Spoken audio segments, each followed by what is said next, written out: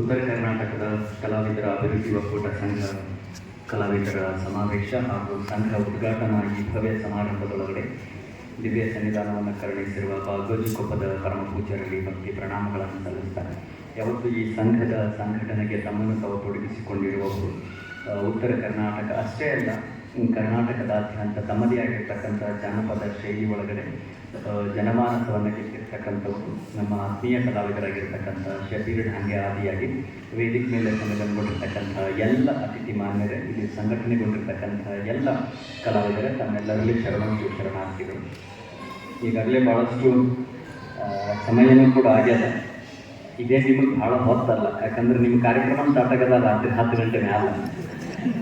ನೀವೇನು ರಾತ್ರಿ 1 ಗಂಟೆ ತನಕ ಈ ಸಮಾವೇಶ ಮಾಡಿದರೂ ಕೂಡ ಏನು ಫರಕ್ ಬೀಳೋದಿಲ್ಲ.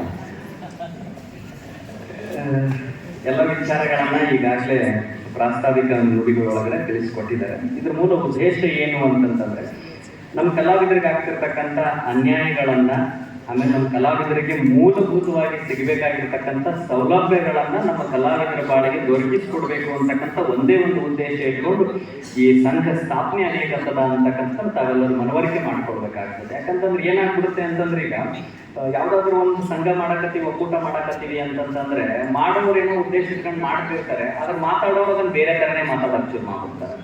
ಏನಂತ ಶುರು ಮಾಡ್ತಾರೆ ಅಂತಂದ್ರೆ, ಇಲ್ಲ ಏನೋ ಅವ್ರಿಗೇನೋ ವೈಯಕ್ತಿಕ ಹಿತಾಸಕ್ತಿ ಇರಬೇಕು ಹಂಗೆ ಹಿಂಗೆ ಅಂತಂತೇಳಿ. ನಾನು ತಮಗೆ ಸ್ಪಷ್ಟವಾಗಿ ಹೇಳೋದೇನು ಅಂತಂದ್ರೆ, ಇದು ಯಾವಾಗಲೂ ಆಗ್ಬೇಕಾಗಿರ್ತಕ್ಕಂಥ ಕಾರ್ಯ ಇದು. ಕಾರಣ ಏನು ಅಂದ್ರೆ, ಸುಮಾರು 5 ವರ್ಷಗಳ ಹಿಂದೆ ನಾನು ಗೋಕಾಕ ಕೋರ್ಸ್ ಸಂದರ್ಭದೊಳಗಡೆ ಶಬೀರ್ ಢಾಂಗೆ ಅವರಿಗೆ ಮತ್ತು ರಿಯಾಜ್ ಚೌಗ್ಲಾ ಅವರಿಗೆ ಈ ವಿಷಯ ನಾನು ಹೇಳಿದ್ದೆ ಅವ್ರಿಗೆ ಅಂತಾರೆ ಫೋನಲ್ಲಿ ಕೂಡ. ಏನು ಅಂತಂದ್ರೆ, ಕಾಲಮಾನ ತುಂಬ ಬದಲಾವಣೆ ಆಗ್ತಾ ಇದೆ. ಎಷ್ಟೋ ಮಡಿವಂತರು ಹಾಡುಗಳನ್ನ ಕೇಳೋದು ಹೋಗ್ತಿದ್ದಾರೆ. ಕಾರಣ ಏನು ಅಂತಂತಂದ್ರೆ, ಪದಗಳ ವ್ಯತ್ಯಾಸದಿಂದ. ಹೀಗಾಗಿ ನೀವುಗಳೆಲ್ಲ ಹಳೆಯ ಕಲಾವಿದರು ಅಷ್ಟೇ ಅಲ್ಲದೆ ಒಂದು ಗೌರವಿತವಾಗಿರ್ತಕ್ಕಂಥ ಕಲಾವಿದರು ತಾವೆಲ್ಲರೂ ಕೂಡ ಇದ್ದೀರಾ. ಈಗಿನ ಕಲಾವಿದರು ಒಂದು ಸಂಘಟನೆ ಮಾಡಿಕೊಂಡು ಅವರಿಗೆ ಸ್ವಲ್ಪ ತಿಳುವಳಿಕೆ ಬರತಕ್ಕಂಥ ವ್ಯವಸ್ಥೆ ಆಗಲಿ, ಮತ್ತೇನು ಅಂತಂದ್ರೆ ಕಲಾವಿದರಿಗೆ ಒಂದು ಸಂಘ ಆಗಲಿ. ನಾವು ಬಾಯಿಬಿಟ್ಟ ಹೇಳಿದ್ವಿ ಅದನ್ನು. ಏನಂತ ಹೇಳಿದ್ರೆ, ಉತ್ತರ ಕರ್ನಾಟಕದ ಕಲಾವಿದರ ಸಂಘ ಅಂತಾನೇ ಆಗಲಿ ಅಂತ ಹೇಳಿದ್ವಿ. ಯಾಕೆ ಅಂತಂದ್ರೆ, ನಮ್ಮಲ್ಲಿರೋ ಕಲೆಗಳ ನಾವು ಬೇರೆದನ್ನ ನಾವು ಕ್ರಿಟಿಸೈಸ್ ಮಾಡ್ತಾ ಇಲ್ಲ. ನಮ್ಮ ಉತ್ತರ ಕರ್ನಾಟಕದಲ್ಲಿರ್ತಕ್ಕಂಥ ಕಲಾವಿದರ ಟ್ಯಾಲೆಂಟ್ನ ಬೇರೆ ಕಡೆ ಕಂಪೇರ್ ಮಾಡಿ ನೋಡ್ತೀವಿ ಅಂತಂತಂದ್ರೆ ಬಹಳ ತೂಕಿರೋದಂದ್ರೆ ಉತ್ತರ ಕರ್ನಾಟಕದ ಕಲಾವಿದರಿಗೆ ಅಂತಕ್ಕಂಥ ಜೊತೆಗೆ ಏನು ಅಂತಂತಂದ್ರೆ, ಅದು ಸಿನಿಮಾ ರಂಗಕ್ಕೆ ಆಗಿರ್ಬೋದು, ಮತ್ತೊಂದು ರಂಗಕ್ಕೆ, ಮಗದೊಂದು ರಂಗಕ್ಕೆ, ಯಾವುದೇ ರಂಗಕ್ಕಾದರೂ ಕೂಡ ಬಹಳ ದೊಡ್ಡ ತಾಕತ್ತಿನ ಕಲಾವಿದರನ್ನ ಕೊಟ್ಟಿದ್ದು ಯಾವುದು ಅಂತಂದ್ರೆ ನಮ್ಮ ಉತ್ತರ ಕರ್ನಾಟಕದ ರಂಗಭೂಮಿ ಅಂತ ನಾವು ಯಾರು ಕೂಡ ಮರಿಬಾರ್ದು. ನೋಡ್ರಿ, ನೀವು ಆ ಕಡೆ ಎಲ್ಲ ನಾಟಕಗಳು ನಿಂತು ಹೋಗ್ಯಾವ. ಅವಕ್ಕೆ ಈಗಿನ ಪೀಳಿಗೆಗೆ ನಾಟಕ ಅಂದ್ರೆ ಗೊತ್ತಿಲ್ಲ ಅವಕ್ಕ. ನಮ್ಮ ಕಡೆ ಹಂಗಲ್ಲ. ಒಂದು ಬನಶಂಕರ ಜಾತ್ರೆ ಬಂತು ಅಂತಂದ್ರೆ 12ರಿಂದ 13 ನಾಟಕ ಕಂಪನಿ ಅಲ್ಲಿ ಇರ್ತಾವ. ನಮ್ಮ ಅಂಕಲಿಗೆ ಜಾತ್ರೆ ಬಂತು ಅಂತಂದ್ರೆ 2-3 ನಾಟಕ ಕಂಪನಿಗಳು ಇರ್ತವ. ತುಳಸಿಗೆರೆ ಹನುಮಪ್ಪನ ಜಾತ್ರೆ ಬಂತು ಅಂದ್ರೆ ನಾಟಕಗಳು ಇರ್ತಾವ. ಬಟ್ ಯಾಕೆ ನಮ್ಮ ಊರ ಹಳ್ಳಿಗಳೊಳಗಡೆ ದ್ಯಾಮೊಂದು, ದುರ್ಗವೊಂದು, ಊರು ಹನುಮಪ್ಪನ ಜಾತ್ರೆ ಬಂತು, ಮಠದ ಜಾತ್ರೆ ಬಂತು ಅಂದ್ರೆ ಅಲ್ಲೆಲ್ಲ ನಾಟಕಗಳು ಇರ್ತವೆ. ಯಾಕೆ ಈ ಮಾತು ಹೇಳಕತ್ತೀನಿ ಅಂತಂದ್ರೆ, ರಂಗಭೂಮಿಯ ಕಲಾವಿದರಿಗೆ ಇನ್ನೂ ಜೀವನ ಕೊಟ್ಟಿರೋದು ಯಾವುದಾದ್ರೂ ಒಂದು ನಾಡಿತ್ತು, ಅದು ಉತ್ತರ ಕರ್ನಾಟಕ ಮಾತ್ರ ಅಂತಕ್ಕಂಥ ನಾವು ಅರ್ಥ ಮಾಡ್ಕೋಬೇಕಾಗ್ತದೆ. ಏನಾಯ್ತು ಅಂತಂದ್ರೆ, ನಮ್ಮ ಉತ್ತರ ಕರ್ನಾಟಕ ಏನು ಅಂತಂದ್ರೆ ಎಲ್ಲದರಿಂದಲೂ ವಂಚಿತ ಆಗ್ಲಿಕ್ಕತ್ತದ. ಸರ್ ಬರೆದಿದ್ದಾರೆ ಪುಸ್ತಕ, ಉತ್ತರ ಕರ್ನಾಟಕ ಈಗಾಗಲೇ ಪ್ರತ್ಯೇಕ ರಾಜ್ಯ ಆಗ್ಬೇಕು ಅಂತ ಬಹಳ ಕೂಗು ಕೇಳಿ ಬರ್ತಾ ಇದೆ. ಅದಕ್ಕೆ ನಮ್ದು ಕೂಡ ಸಪೋರ್ಟ್ ಇದೆ. ಯಾತಕ್ಕೆ ಅಂತಂದ್ರೆ, ಒಂದು ಅನುದಾನದ ಬಿಡುಗಡೆಯಲ್ಲಾಗಿರ್ಬೋದು ನಮ್ಮ ಉತ್ತರ ಕರ್ನಾಟಕಕ್ಕೆ ಅನ್ಯಾಯ, ಅಭಿವೃದ್ಧಿಯಿಂದಾಗಿರ್ಬೋದು ಅದಕ್ಕೂ ಅನ್ಯಾಯ. ಅಪ್ಪಿತಪ್ಪಿ ನಮ್ಮ ಭಾಗದ ಯಾರನ್ನಾರು ಮುಖ್ಯಮಂತ್ರಿ ಮಾಡಿದ್ರು ಅಂದ್ರೆ ಅವ್ರನ್ನ ಪೂರ್ಣಾವಧಿತನ ಬಿಡೋದಿಲ್ಲ. ನಡಕ್ಕೆ ಏನಾದ್ರು ಒಂದು ಪ್ರಾಬ್ಲಮ್ ಆಗೇ ಆಗ್ತವ, ಅವ್ರು ನಿಲ್ಲಿಸಿಗುರಾಗ. ಇದೆಲ್ಲ ಏನಕ್ಕೆ ಅಂತಂದ್ರೆ, ನಮ್ಮ ಕಡೆ ಇಲ್ಲದೆ ಇರತಕ್ಕಂಥ ಸಂಘಟನೆ ಇದಕ್ಕೆಲ್ಲ ಕಾರಣ ಆಗ್ತಿರ್ತಕ್ಕಂಥದ್ದು. ನಮ್ಮ ಶಬೀರ್ ಢಾಂಗೆ ಆದಿಯಾಗಿ ಇವರೆಲ್ಲರೂ ಬಹಳ ತುಂಬ ವಿಚಾರ ಮಾಡಿ ಇದನ್ನ ಮಾಡ್ತಿದ್ದಾರೆ. ತಾವೆಲ್ಲರೂ ಕೂಡ ಇದಕ್ಕೆ ಕೈ ಜೋಡಿಸ್ರಿ. ಒಬ್ಬ ಕಲಾವಿದರಿಗೆ ಈಗಿನ ಕಾಲದೊಳಗಡೆ 1000 ರೂಪಾಯಿ ಏನು ಭಾಳಲ್ಲ ವರ್ಷಕ್ಕೆ ಕೊಡ್ತಕ್ಕಂಥದ್ದು.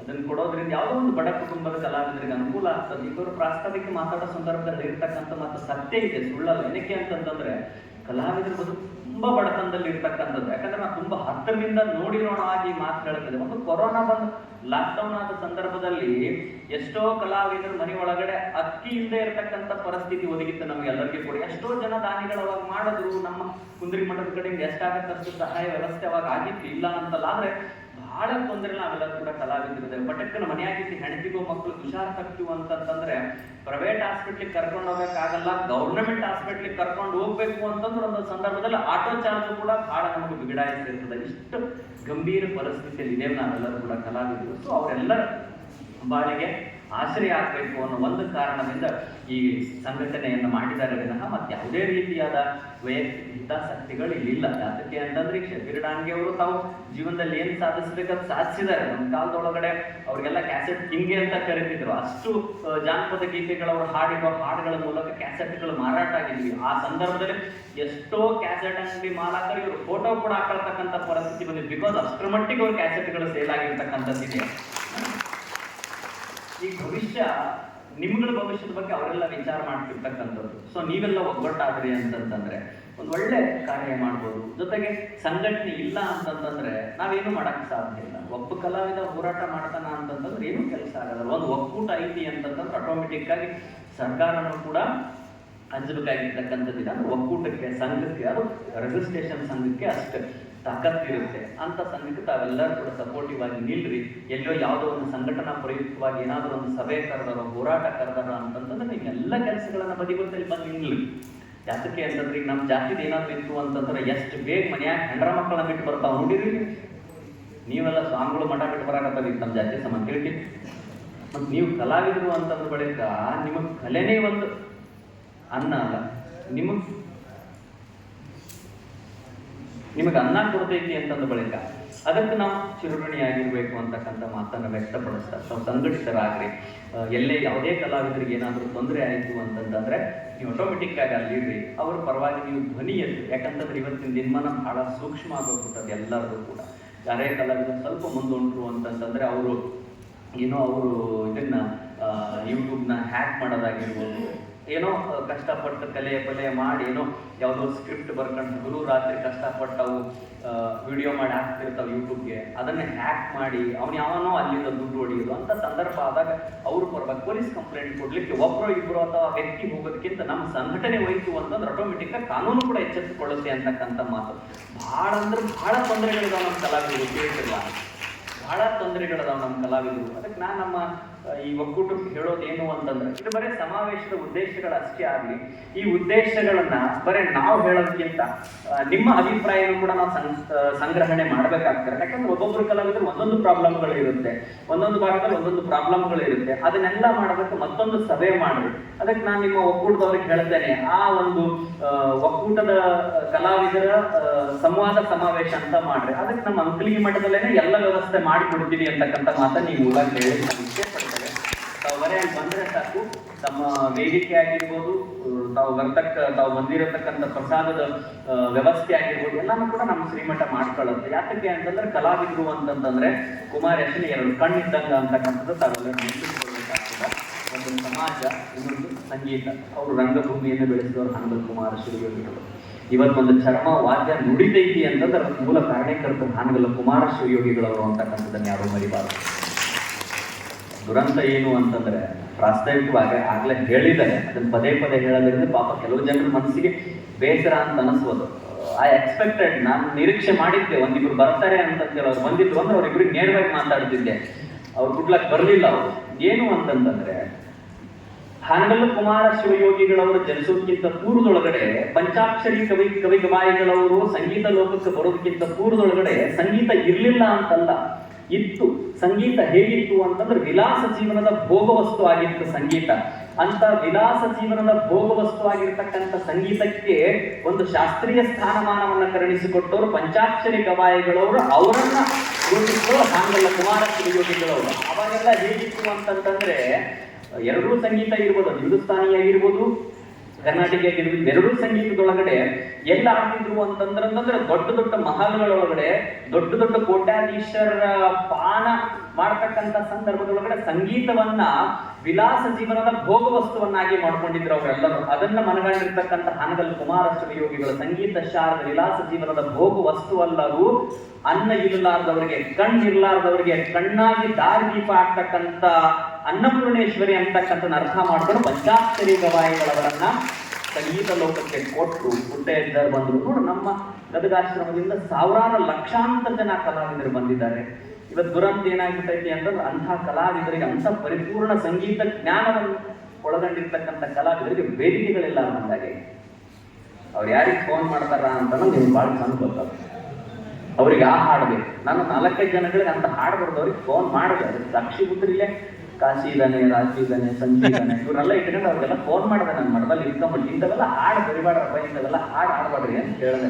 ಆ ವ್ಯಕ್ತಿ ಏನು ಹೇಳ್ದ ಅಂತಂದ್ರೆ, ಜನಗಳಂತದ್ದು ಕೇಳ್ತಾರ್ರಿ ಅಂತಂದ. ನಾನು ಅದೊಂದು ಕೆಟ್ಟ ಮಾತು ಹೇಳಿದೆ, ನೀವು ಅಪಾರ್ಥ ಭಾವಿಸ್ಕೊಳ್ಬೇಡ್ರಿ. ನಾಳೆ ನಿಮ್ಮ ಮನೆಯಾಗಿರೋರ್ನ ಕೇಳಿದ್ರೆ, ಜನಗಳಿಗೆ ಕೇಳಿದ್ರೆ ಕೊಡ್ತೀನಿ ಅನ್ಕೋ ಅಂತ ಕೇಳಿದೆ. ಅಂತಂದ್ರೆ ನಾವೇನ್ ಕೊಡ್ತೀವಲ್ಲ, ಜನ ಅದನ್ನ ಅಕ್ಸೆಪ್ಟ್ ಮಾಡ್ಕೊಳ್ಳುತ್ತೆ. ಆಮೇಲೆ ಅದನ್ನ ಬೇಡ್ಲಿಕ್ಕೆ ಶುರು ಮಾಡುತ್ತೆ. ನಾವು ಜನಗಳಿಗೆ ಸಕ್ರಿಯ ಅನ್ನೋದೇ ಕೊಟ್ಟಿರ್ಲಿಲ್ಲ ಅಂದ್ರೆ, ಈಗ ಒಂದು ರಾಷ್ಟ್ರ ಇದೆ, ಅಲ್ಲಿ ಇಂಟರ್ನೆಟ್ಟೇ ಇಲ್ಲ, ತಿಳಿದ್ರಲ್ಲ, ಇಂಟರ್ನೆಟ್ ಇಲ್ಲ. ಜೊತೆಗೆ ಅವನ್ ಟಿವಿ ಒಳಗಡೆ ಸರ್ವಾಧಿಕಾರಿ ಅದನ್ನ ನೋಡ್ರಿ, ಉತ್ತರ ಕೊರಿಯಾದಾಗೇನೆ ಐತನಲ್ಲ, ಅದ್ರಲ್ಲಿ ಇಂಟರ್ನೆಟ್ ಸೌಲಭ್ಯನೇ ಇಟ್ಟಿಲ್ಲ ಅಂತ. ಆಮೇಲೆ ಏನು ಅಂತಂದ್ರೆ, ಆ ಟಿವಿ ಒಳಗಡೆ ಬೇರೆ ಚಾನಲೇ ಬರಂಗಿಲ್ಲ, ಅವನಗಟ್ಟ ಚಾನಲ್ ಬರ್ಬೇಕಂತ. ಮತ್ತೆ ಆ ಜನಗಳು ಬ್ಯಾಂಕಪ್ಪ ಬೇರೆ ಟಿವಿ ನೋಡ್ಯಾರವರು, ಮತ್ತೆ ಬೇರೆ ನಾಯಕ ಅಂತ ಹೆಂಗ್ ಒಪ್ಕೊಳ್ಳೋಕೆ ಸಾಧ್ಯ? ಒಂದೇನಾದ್ರು ತೋರಿಸ್ತಾ ಅಂತಂದ್ರೆ ಆಟೋಮೆಟಿಕ್ ಆಗಿ ಇದನ್ನ ಬಿಟ್ಟು ಅದ್ರ ಕಡೆ ಆಕರ್ಷಣೆ ಆಗೇ ಆಗ್ತದೆ.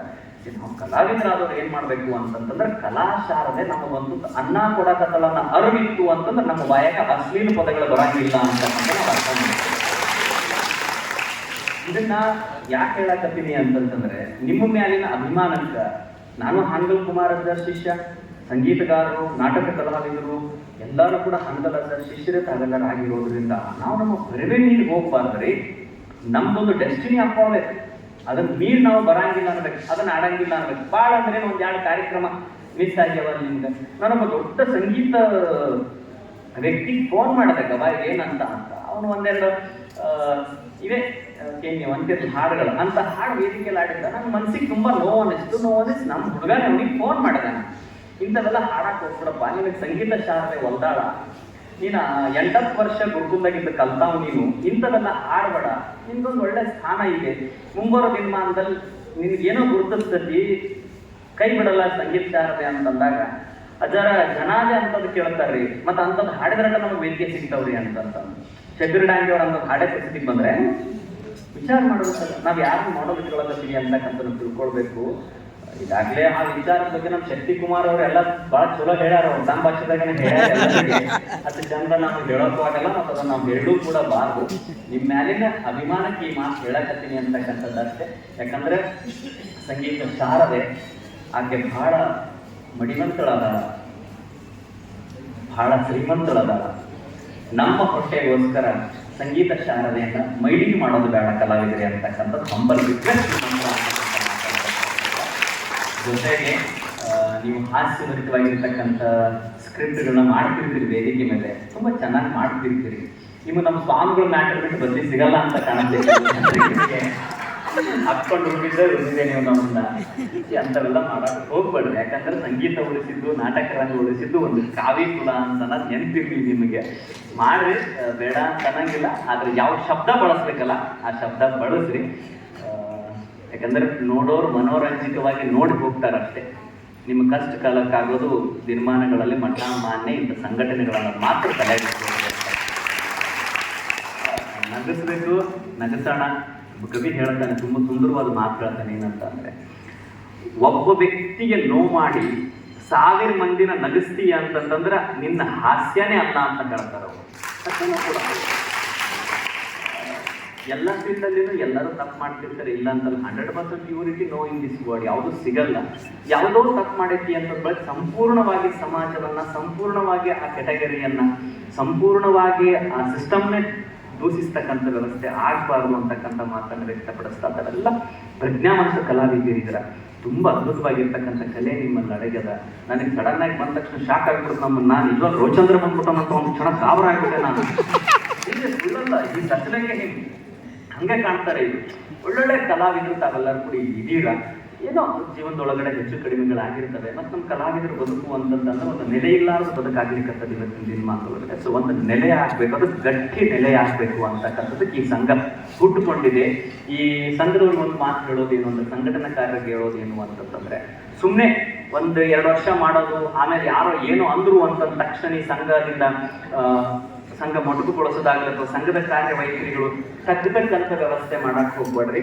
ನಿಮ್ಮ ಜೊತೆಗೆ ಯಾರು ಇರ್ತಾರೋ ಬಿಡ್ತಾರೋ ಗೊತ್ತಿಲ್ಲ, ಅಂಕಲಿಗೆ ಕುಂದ್ರಿಗೆ ಮಠ ನಿಮ್ಮ ಜೊತೆಗೆ ಸದಾಕಾಲ ಇರುತ್ತೆ ಸಂಘದ ಜೊತೆ ಅಂತಕ್ಕಂಥ ಮಾತನ್ನು ವ್ಯಕ್ತಪಡಿಸ್ತಾ, ಯಾಕಂದ್ರೆ ಕಲಾವಿದರು ಅಂತಂದ್ರೆ ನಾನು ಪ್ರೀತಿಸ್ತಕ್ಕಂಥ ವ್ಯಕ್ತಿಗಳು ಕಲಾವಿದರು ಇರ್ತಿರೋದ್ರಿಂದ ನಾನು ಕಲಾವಿದರನ್ನು ಬಹಳಷ್ಟು ಅಪ್ಕೊಳ್ತೇನೆ. ನಮಗೆ ದೊಡ್ಡ ಖುಷಿ ಆಗ್ತದ.